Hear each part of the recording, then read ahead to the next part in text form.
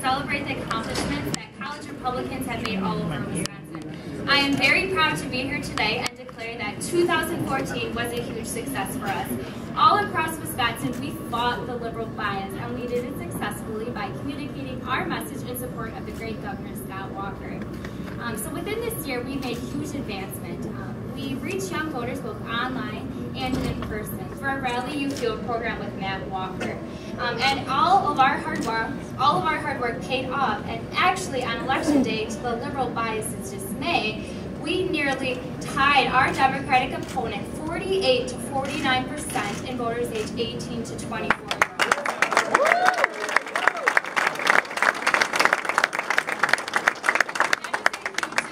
Because a lot of times as college Republicans, people come up to us and say, you're a millennial, you're supposed to only support Democrats. But we say that Wisconsin Republicans with the right message can change that. So going forward, we have worked hard in 2014, but we're going to work harder for another victory in 2016. In our aim to win in 2016 field program, we are going to amplify our efforts on campus to identify like-minded students, to mobilize them to vote on election day. None of our efforts within the next year are not going to happen without the support from everyone here today. We have college Republicans around in the room, so please, I encourage you to talk to them. We're excited to share our message with you and excited to share our plans with you. So thank you guys for all coming today, both alumni college Republicans, current college Republicans, and supporters. We are excited, the young voters, the young supporters, to make sure that in 2016, we re-elect Senator Ron Johnson, and we're going to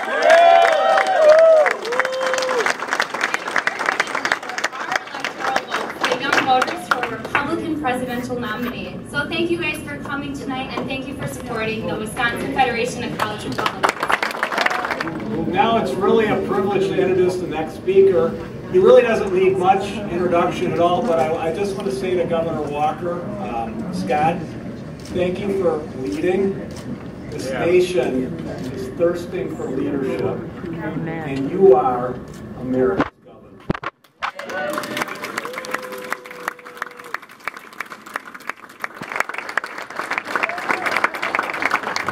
Well, good evening. First off, thanks, Brad, because the Republican Party of Wisconsin last year was our partner. We were the #1 target in America. Us, Rebecca Clayfish, the Assembly, the Senate, we all won big. And it would not have happened without all of you here and others we're going to talk to tomorrow as the convention as a whole kicks off. But we could not have done it. When you think about the millions of phone calls, the million of door-to-door contacts, we actually did twice as many actualized voter contacts last year than we did in 2012 in a presidential election. Wow. So think about that. In 2 years' time, we turned things around. And so thanks to Brad's leadership, to the party, and we did something unusual. We did all of our connection to the grassroots, to the Republican Party of Wisconsin, and all 72 affiliates, all the counties across the state. You look other across the campaigns, I should say, across the nation, gubernatorial Senate campaigns don't do that. We did that here. It was highly effective in Wisconsin. And to add, to connect to why you're all here tonight, to support our college Republicans, Rita, you're right. That exit poll that CNN did, I think it's worth reminding what she just said. It was 49 to 48% according to CNN's exit poll, voters age 18 to 24. Think about that impact. Nowhere else in the country has anything close to that happened. And it happened because we had an incredible effort of college Republicans out on just about every campus in this state, making the case really on two big issues. One, it didn't hurt thanks to the lawmakers who are here, and Van and John, I see others around, you're going to see many more tomorrow, but you think about the tuition freeze that we as Republicans did, the Assembly and the Senate working together, we started the law 2 years ago.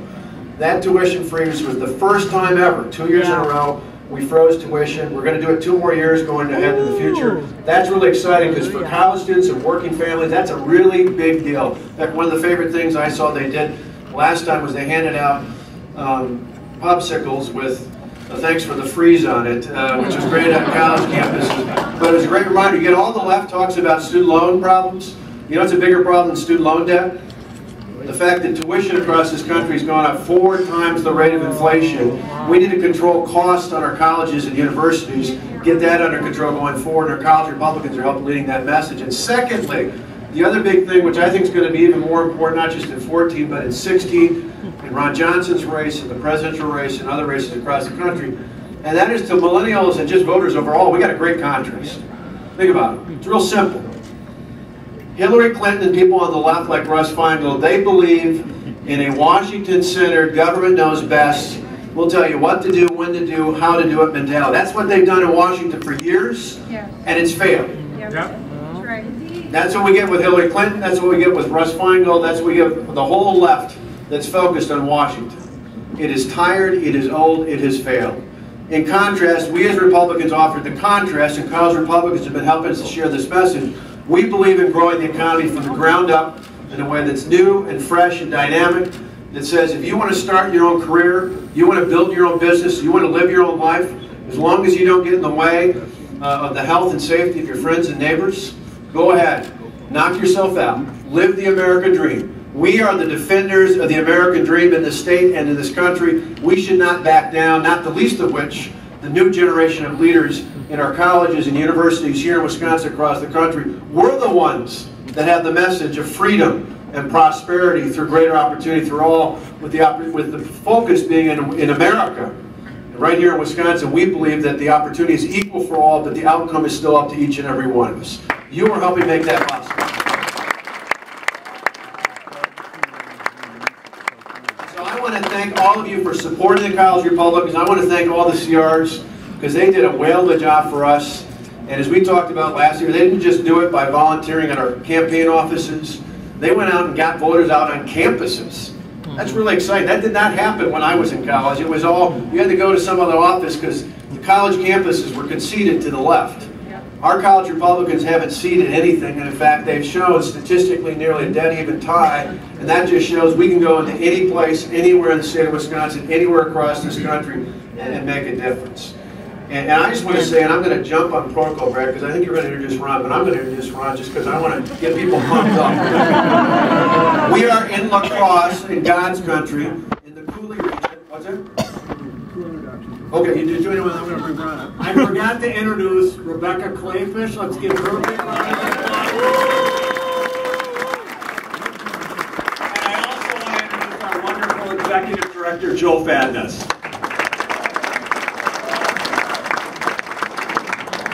So we're on the west coast of Wisconsin, right? Yeah. We're in the Cooley region.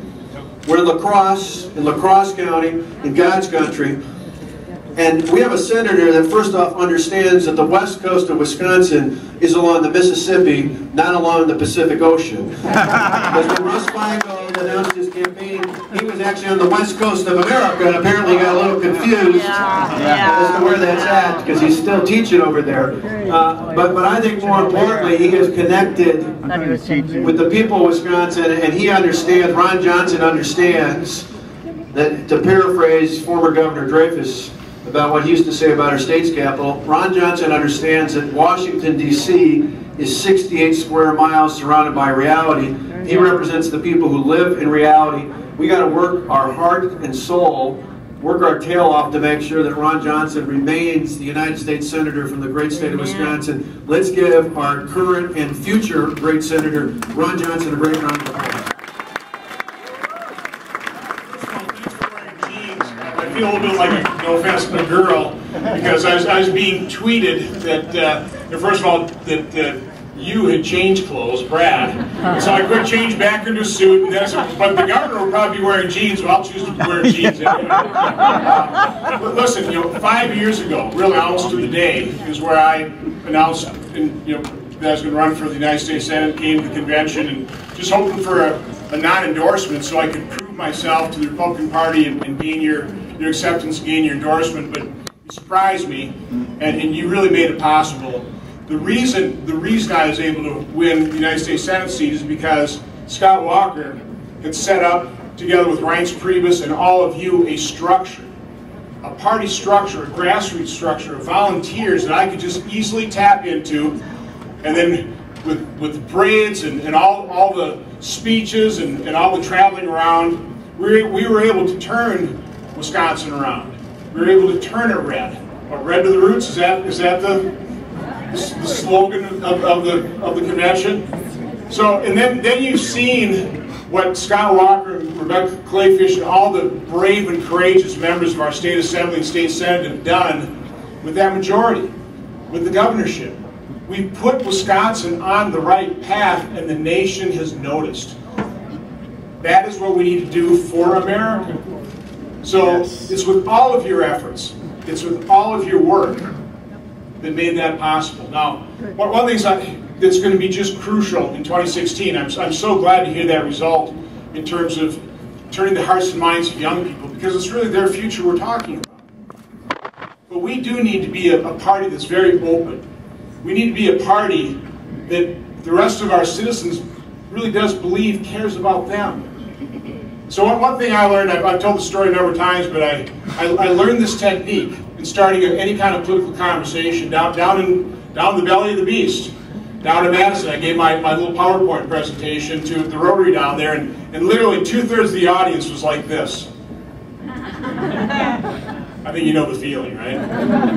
Now, I got up the podium and I'm looking down and I go, man, I got to break the ice. And so I broke the ice the way I used to break the ice in business negotiations. I spent a lot of time on the front end figuring out all the things we agreed on. So that day, I said, let's start this conversation with something all Americans, all Wisconsinites agree on. We share the same goal. We all want a prosperous, a safe, secure Wisconsin and America. We're concerned about each other. Let me underline that. We are concerned about each other. I don't care where you fall on the political spectrum.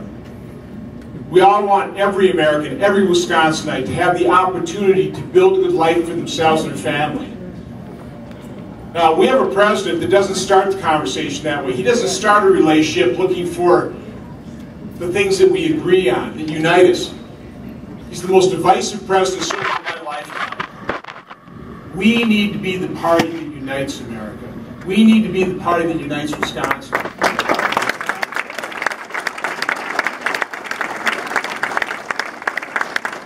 So as you travel around, you go knocking on doors, as you're talking to young people on college campuses, as we support Scott's bid for even greater things for Wisconsin and America. Listen, I'd be happy to tap into that structure that you build again. Okay? I'd be happy to stand shoulder to shoulder and let's remake America. Let's figure out how we unite this nation, how we put it on a path to prosperity.